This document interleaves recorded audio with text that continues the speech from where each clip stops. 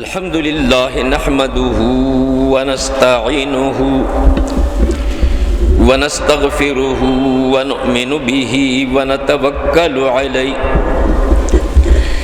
ونعوذ بالله من شرور أنفسنا ومن سيئات أعمالنا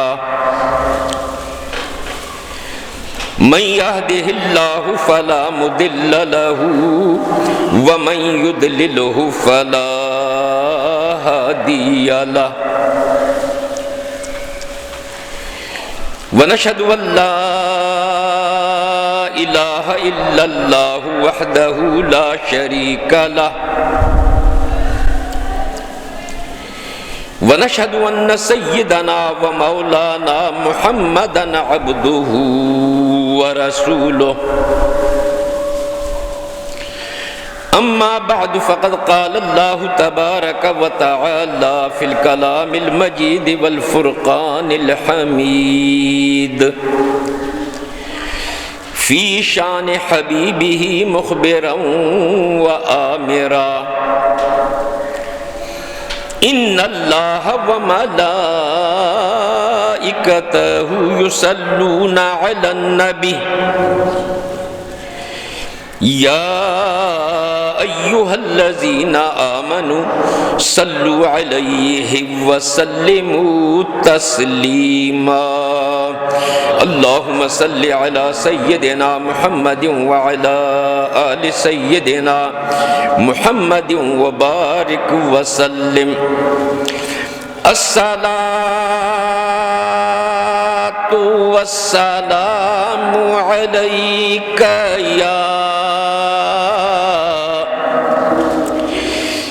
یا رسول اللہ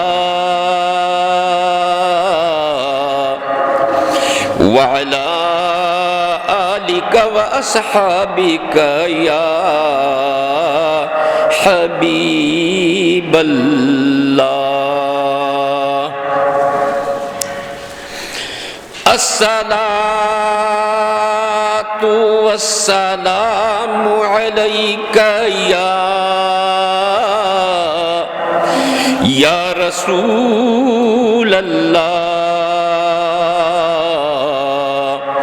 وعلى آلك وأصحابك یا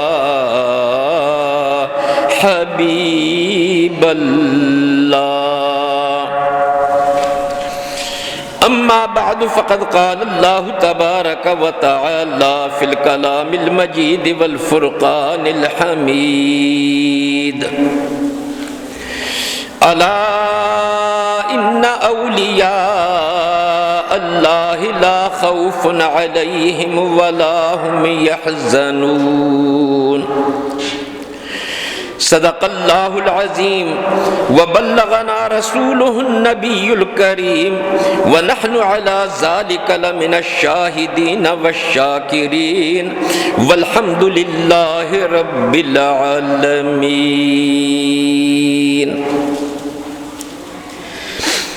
شاد باد اے عشق خوش سودائے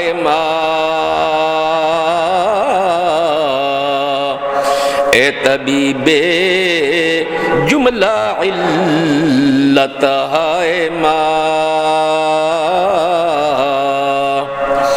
تو مباش اصلا کمال اینست و بس رو درو گمشو وصال اینست و بس کار سازے کار ما درکار ما فکر ما درکار ما آزار ما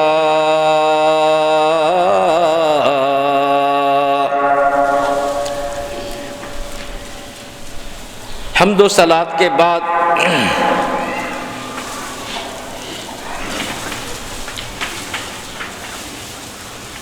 امام الانبیاء، حبیب کبریا، امام المرسلین، خاتم النبیین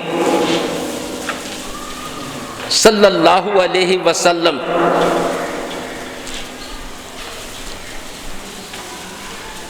کی ذات گرامی پر نبوت کا سلسلہ ختم ہو گیا۔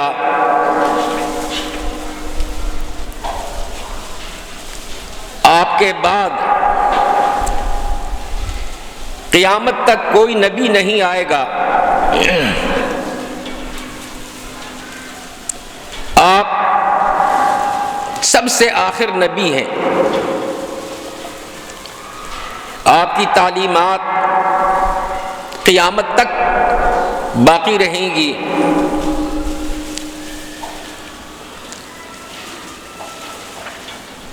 قرآن مجید، فرقان حمید قیامت تک کے لیے تمام انسانوں کے لیے مشعل راہ ہے۔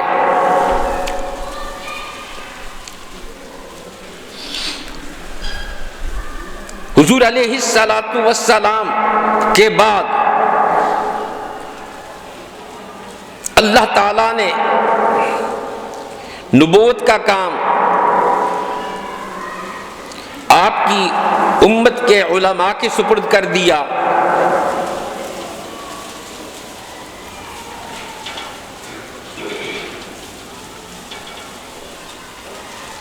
اللہ تعالیٰ فرماتا ہے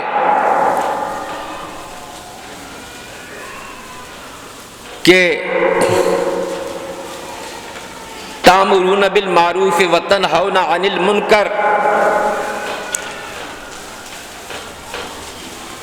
نیک کاموں کا حکم دو گے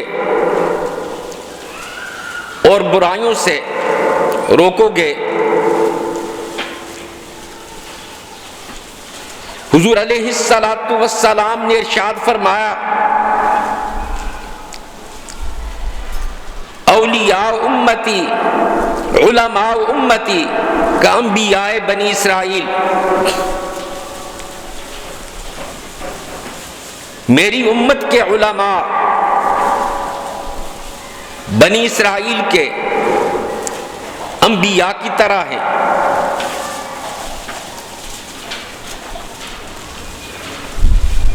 پہلے جب اللہ تعالیٰ کے احکامات چھوڑ دیے جاتے تھے، ان کے اندر تبدیلیاں کر دی جاتی تھیں، احکام کو بدل دیا جاتا تھا،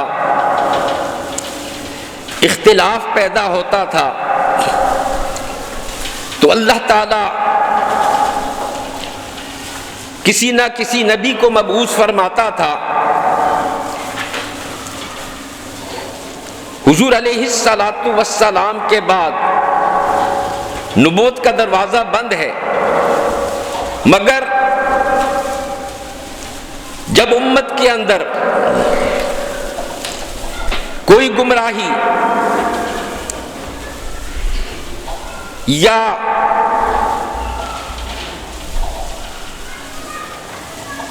احکام خداوندی کی خلاف ورزی کی جاتی ہے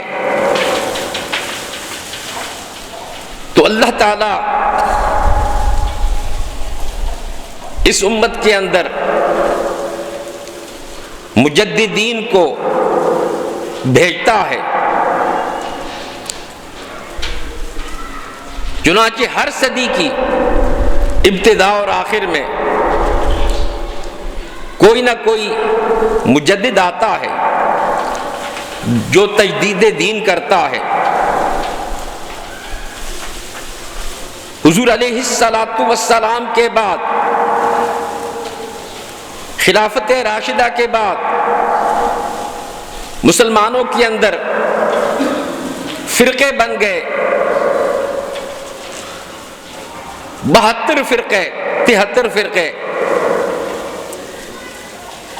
اور مسلمانوں کے اندر اختلافات پیدا ہوئے.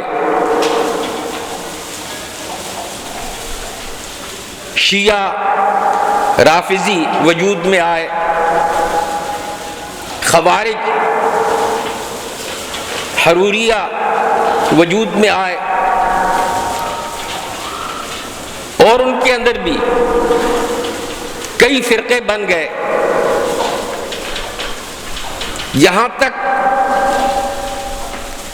کہ خلافت راشدہ کے اثرات بھی ختم ہو گئے. مسلمانوں کے اندر اختلافات پیدا ہوئے، سلطنتیں کمزور ہوئیں،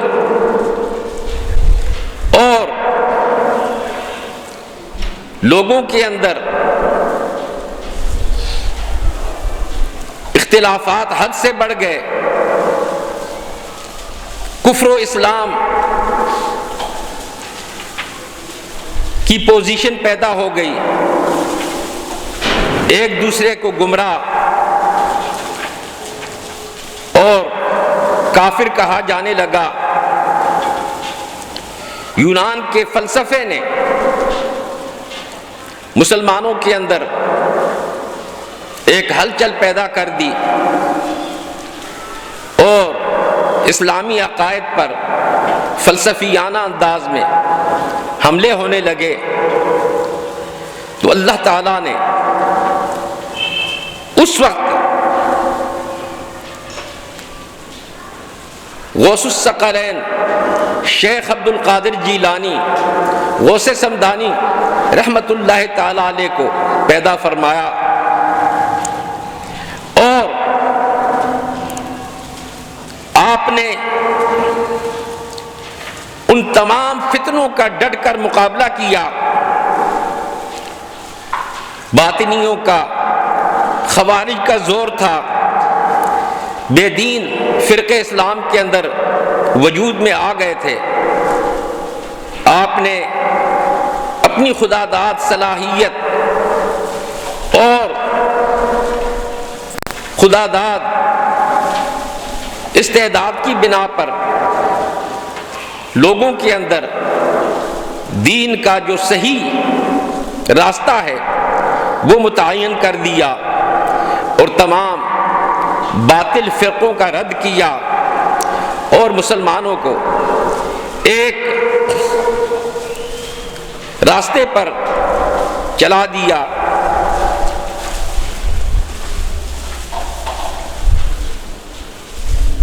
مسلمانوں کے اندر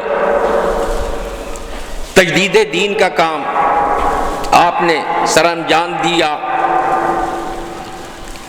چنانچہ آپ کا ایک لقب محی الدین ہے، دین کو زندہ کرنے والے.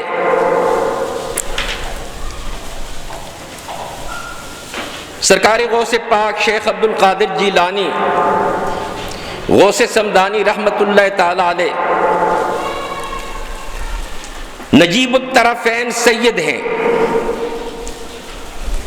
آپ اس خاندان کے اندر پیدا ہوئے جس کا ہر فرد تقوی اور پرہیزگاری کے اندر، عبادت و ریاضت کے اندر، دینداری کے اندر یکتائے زمانہ تھا. آپ کے والد ماجد حضرت موسیٰ ابو صالح جنگی دوست رحمت اللہ تعالی علیہ اتنے بڑے عابد و زاہد تھے کہ جس کی مثال نہیں ملتی.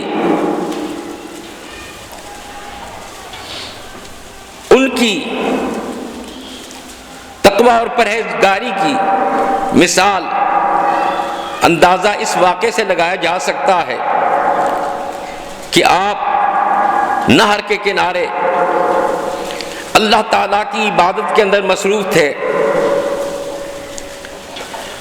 اور جب آپ عبادت سے فارغ ہوئے تو نہر کے اندر بہتا ہوا ایک سیب آپ کو نظر آ گیا. آپ نے بے خیالی میں اٹھایا اور اٹھا کر اس کو تناول فرما لیا. اب تقویٰ کا یہ عالم تھا کہ ایک دم خیال آیا کہ یہ سیب کسی کا ہوگا. میں نے بغیر پوچھے بغیر خریدے اس کو استعمال کر دیا. کہیں ایسا نہ ہو اللہ تعالیٰ قیامت کے دن مجھ سے باز پرس نہ فرما لے. چنانچہ آپ جدھر سے نہر آ رہی تھی اس طرف چل پڑے. کچھ مسافت کے بعد ایک باغ نظر آیا سیبوں کا، اور اس کی ٹہنیاں اس نہر کے اوپر لٹک رہی تھیں اور ان میں سیب موجود تھے. آپ کو یقین ہو گیا کہ یہیں سے سیب گرا ہے، اور میں نے مجھ تک پہنچا اور میں نے استعمال کیا. آپ سیدھے گئے باغ کے مالک کے پاس، حضرت عبداللہ صومعی رحمۃ اللہ تعالی علیہ. وہ بھی اپنے زمانے کے مقتدر عالم اور ولی کامل تھے. آپ کی بھی بے شمار کرامتیں مشہور ہیں. آپ نے جب سرکار غوث پاک کے والد ماجد ابو صالح موسیٰ جنگی دوست رحمت اللہ تعالی علیہ کو دیکھا اور اندازہ ہوا کہ یہ اللہ تعالیٰ کے ولی ہیں. ولی را ولی می شناسد، ولی کو ولی پہچانتا ہے. سمجھ گئے کہ یہ بڑا قابل نوجوان ہے. پوچھا کیوں آئے ہو؟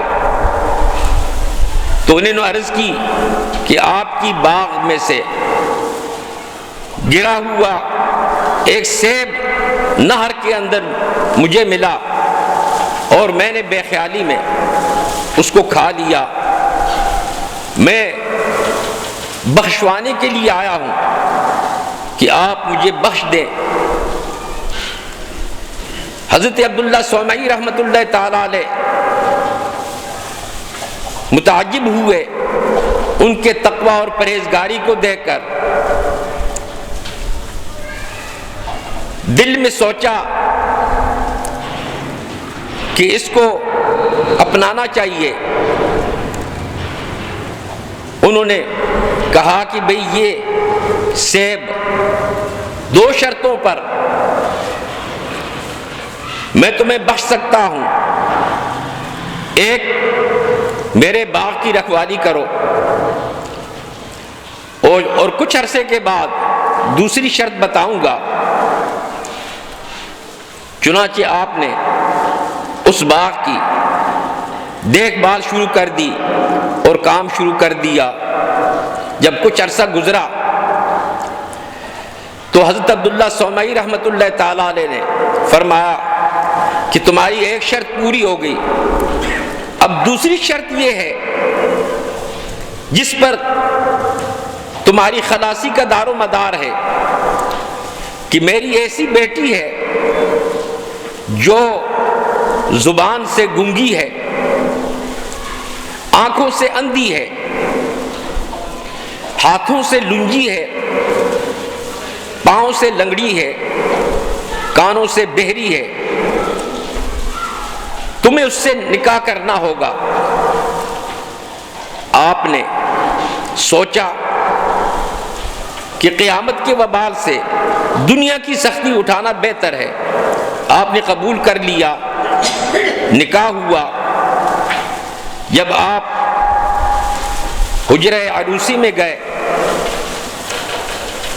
وہاں دیکھا تو صحیح سلامت حسین و جمیل اور نہایت ہی تندرست خاتون بیٹھی ہوئی ہے. آپ ایک دم الٹے پاؤں واپس ہو گئے. شاید میں نے غلطی کر دی، یہاں کوئی اور بیٹھا ہوا ہے. آپ مسجد میں آئے، دیکھا تو حضرت عبداللہ سومئی رحمۃ اللہ تعالی علیہ مسجد میں تھے. آپ مسکرائے، پوچھا کیوں؟ کہا حضرت وہاں تو کوئی اور بیٹھا ہوا ہے. جس صاحبزادی کی آپ نے نشانیاں بتائی ہیں وہ تو نہیں. آپ نے کہا کہ یہی ہے. میں نے رمز کے اندر تمہیں بتایا تھا کہ میری بیٹی آنکھوں سے اندھی ہے، یعنی آج تک کسی غیر محرم کو نہیں دیکھا. کانوں سے بہری ہے کہ اس نے شریعت کے خلاف کوئی بات نہیں سنی. ہاتھوں سے لنجی اور معذور ہے کہ ان ہاتھوں سے شریعت کے خلاف کوئی کام نہیں کیا.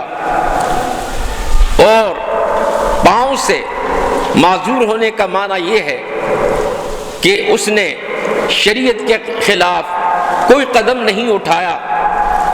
لہذا میں چاہتا تھا کہ جیسے تم نیک ہو،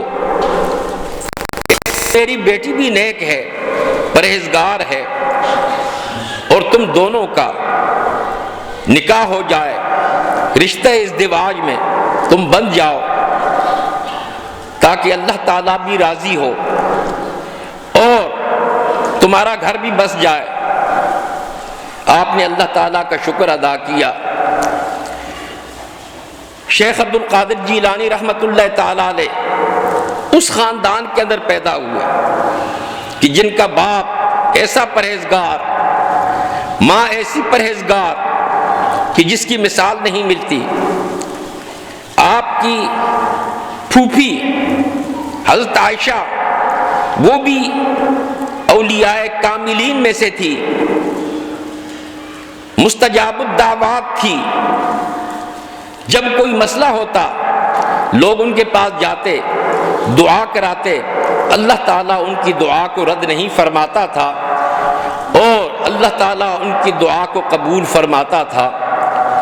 علماء نے کتابوں میں لکھا ہے کہ ایک مرتبہ قحط سالی ہو گئی، بارش کا نزول بند ہو گیا، لوگ پریشان ہو گئے. تو شیخ عبد القادر گیلانی رحمۃ اللہ تعالیٰ علیہ کی پھوپھی کے پاس گئے، حضرت عائشہ کے پاس، اور جا کر کہا کہ بارش کے لیے دعا فرمائیں. آپ نے جھاڑو لی، اپنے صحن کے اندر جھاڑو ماری، اور اس کے بعد اللہ تعالیٰ کی طرف متوجہ ہوئی. عرض کیا، مولا کنست انا فرش انتا، کہ جھاڑو تو میں نے دے دی ہے، اب اس پر چھڑکاؤ تو کر دے. اللہ تعالیٰ نے باران رحمت کا نزول فرمایا اور پورا علاقہ جل تھل ہو گیا. ایسے پاکیزہ خاندان کے اندر سرکار غوث پاک شیخ عبد القادر جیلانی رحمت اللہ تعالیٰ علیہ پیدا ہوئے. آپ بچپن ہی سے مادرزاد ولی تھے. سرکار غوث پاک کے بارے میں آتا ہے کہ رمضان شریف میں پیدا ہوئے. رمضان شریف میں جب صبح صادق ہوتی تو اس کے بعد غروب آفتاب تک آپ دودھ نہیں پیتے تھے. یہ بات مشہور ہو چکی تھی پورے بغداد کے اندر. اگلے سال رمضان شریف کا مہینہ آیا تو اسی طرح آپ دن کو دودھ نہیں پیتے تھے. جب افطار کا وقت ہوتا تو آپ دودھ تناول فرماتے. عید کی نماز یا عید کا چاند یا رمضان شریف کا چاند دیکھنے میں اختلاف ہوا تو سرکار غوث پاک کے گھر میں لوگ آئے، پوچھا کہ آپ کے شہزادے نے دودھ پیا ہے یا نہیں پیا، تو بتایا گیا کہ نہیں پیا۔ تو معلوم اس سے لوگوں نے اندازہ لگا دیا کہ آج روزہ ہوگا، چنانچہ ایسا ہی ہوا۔ اس دن وہ رمضان شریف کا دن تھا۔ تو یہ بھی آپ کی پہلی کرامت ہے کہ بچپن ہی سے اللہ تعالیٰ نے ان کو عجیب و غریب کرامتوں سے نواز دیا تھا۔ شیخ عبد القادر جیلانی غوث سمدانی رحمۃ اللہ تعالیٰ علیہ،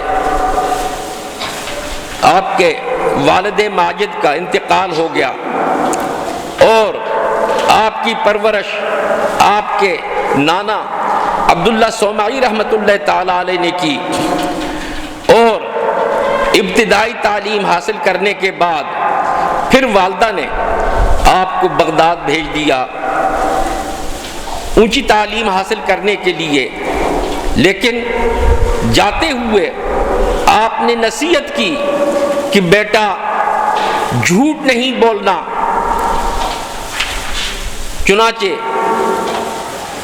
آپ کو ایک قافلے کے ساتھ کر دیا۔ راستے میں کہتے ہیں کہ قافلے والوں پر ڈاکہ ڈلا اور ڈاکوؤں نے تمام قافلے کو لوٹ لیا۔ شیخ عبد القادر گیلانی رحمۃ اللہ تعالیٰ علیہ کے کرتے کے اندر والدہ نے 40 دینار سی رکھے تھے تاکہ انہیں وہاں سفر کے اندر کام آئے۔ تو ایک ڈاکو نے پوچھا تمہارے پاس کچھ ہے؟ اس نے کہا ہے۔ کیا ہے؟ کہا 40 دینار۔ اس کو یقین نہ آیا۔ پھر دوسرے ڈاکو نے پوچھا، آپ نے پھر وہی فرمایا۔ جب یہ بات ڈاکو کے سردار کے پاس پہنچی کہ ایک عجیب لڑکا ہے، بالکل ڈرتا نہیں اور مذاق کرتا ہے کہ میرے پاس 40 دینار ہیں، ڈاکو کے سردار نے کہا اس کو بلاؤ۔ چنانچہ شیخ عبد القادر گیلانی رحمۃ اللہ تعالیٰ علیہ کو بلایا، پوچھا کہ تمہارے پاس کیا ہے؟ فرمایا 40 دینار۔ کہا کہ کہاں ہیں؟ انہوں نے جناب کرتے کی طرف اشارہ کیا کہ اس میں میری والدہ نے سی رکھے ہیں۔ جب دیکھا تو واقعی دینار تھے۔ ڈاکو نے کہا بتاؤ، لوگ تو جب ڈاکہ پڑتا ہے تو اپنے مال کو چھپاتے ہیں، تم نے کیوں ظاہر کیا؟ تو انہوں نے کہا کہ میں نے اپنی والدہ سے یہ وعدہ کیا تھا کہ میں کبھی جھوٹ نہیں بولوں گا۔ بس اس بات کا اور سرکار غوث پاک شیخ عبد القادر گیلانی رحمۃ اللہ تعالیٰ علیہ کی نظر کا یہ اثر تھا کہ وہ ڈاکو کا پتھر دل پتے کی طرح کانپنے لگا۔ خوف خداوندی اس کے دل پر طاری ہوا، کہنے لگا کہ اس نے ماں کے ساتھ وعدہ کیا تھا اور اس کو پورا کیا، ہم نے تو خدا سے وعدہ کیا ہے اور ہم اللہ تعالیٰ کا وعدہ توڑ رہے ہیں، لہٰذا فوراً توبہ کی آپ کے ہاتھ پر، اور جتنا مال تھا ڈاکوؤں نے وہ تمام قافلے والوں کو واپس کر دیا۔ یہ سرکار غوث پاک کی کرامت تھی۔ اس کے بعد تعلیم کے دوران آپ سے بڑی کرامتوں کا صدور ہوا ہے، تو آپ کی وجہ سے اللہ تعالیٰ نے اسلام کو غلبہ عطا کیا، اور جتنے بھی باطل فرقے تھے، اور سب سے زیادہ کام شیخ عبد القادر گیلانی کا باطنیوں اور شیعوں کے خلاف ہے۔ آپ نے بڑا جہاد کیا، جس کی وجہ سے اہل سنت والجماعت کو اللہ تعالیٰ نے ان فتنوں سے بچایا اور اسلام کی تجدید ہو گئی۔ اللہ تعالیٰ سرکار غوث پاک کے فیوز و برکات سے ہم سب کو مالا مال فرمائے، اور اس وقت جو مسلمانوں کے اندر اہل سنت والجماعت کے اندر اختلافات ہیں، اللہ تعالیٰ ان اختلافات کو بھی دور فرمائے، اور اللہ تعالیٰ سب کو اتفاق و اتحاد کی توفیق عطا فرمائے۔ وآخر دعوانا الحمدللہ۔